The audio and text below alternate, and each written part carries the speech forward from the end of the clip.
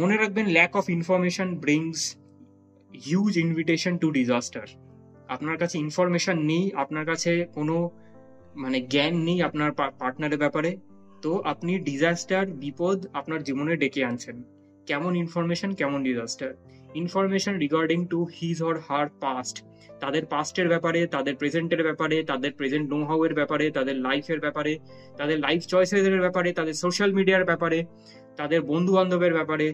কবেকার বন্ধু, কোথা থেকে বন্ধু, কোন জেন্ডারের কতজন বন্ধু আছে, তাদের বন্ধুদের সাথে কেমন ভাবে চলাফেরা চলছে, কি চলছে না চলছে, সমস্ত ইনডেপথ নলেজ যদি আপনার কাছে না থাকে এই টাইমে দাঁড়িয়ে, 2025-এ দাঁড়িয়ে, বা যারা 2026-এও প্রথমের দিকে বিয়ে করছো, হোয়াট এভার, 2025-26-এর মধ্যে দাঁড়িয়ে বিয়ে করছো, তোমাদের কাছে যদি এই টাইমে দাঁড়িয়ে যদি based on faith, based on যেটুকু ইনফরমেশন পাচ্ছ, বেসড অন তার কথা বা তার প্যারেন্টসদের কথায় শুনে বিশ্বাস করে মনে হচ্ছে বা কি সুন্দর প্যারেন্টস, একদম দেখে মনে হয় যেন আমার বাবা মার একদম কপি পেস্ট, একদম পায়ে লুটিয়ে পড়তে ইচ্ছে করছে, এরকম ভালোবাসা তাদের কাছে আর পাইনি, বা এরকম পার্টনার যে আমার প্যারেন্টসকে এত সম্মান করছে প্রথম থেকে, এত গিফট দিচ্ছে, এত একদম কিং এর মতো রাখছে বা কুইনের মতো ট্রিট করছে, তো তাদের ব্যাপারে যদি আপনার ইনফরমেশন না থাকে, you are inviting a great danger. Danger কিরকম? ডিভোর্স, অ্যালিমনি, চিটিং,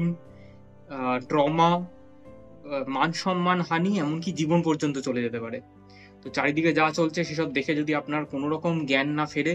আর আপনি যদি মনে করেন যে সুন্দর দেখতে বা ইনকামটা বেশ ভালো বা দারুণ অ্যাটিটিউড, বা আমার সামনে দাঁড়ালে ফটো ফ্রেমে খুব ভালো লাগবে আর কি,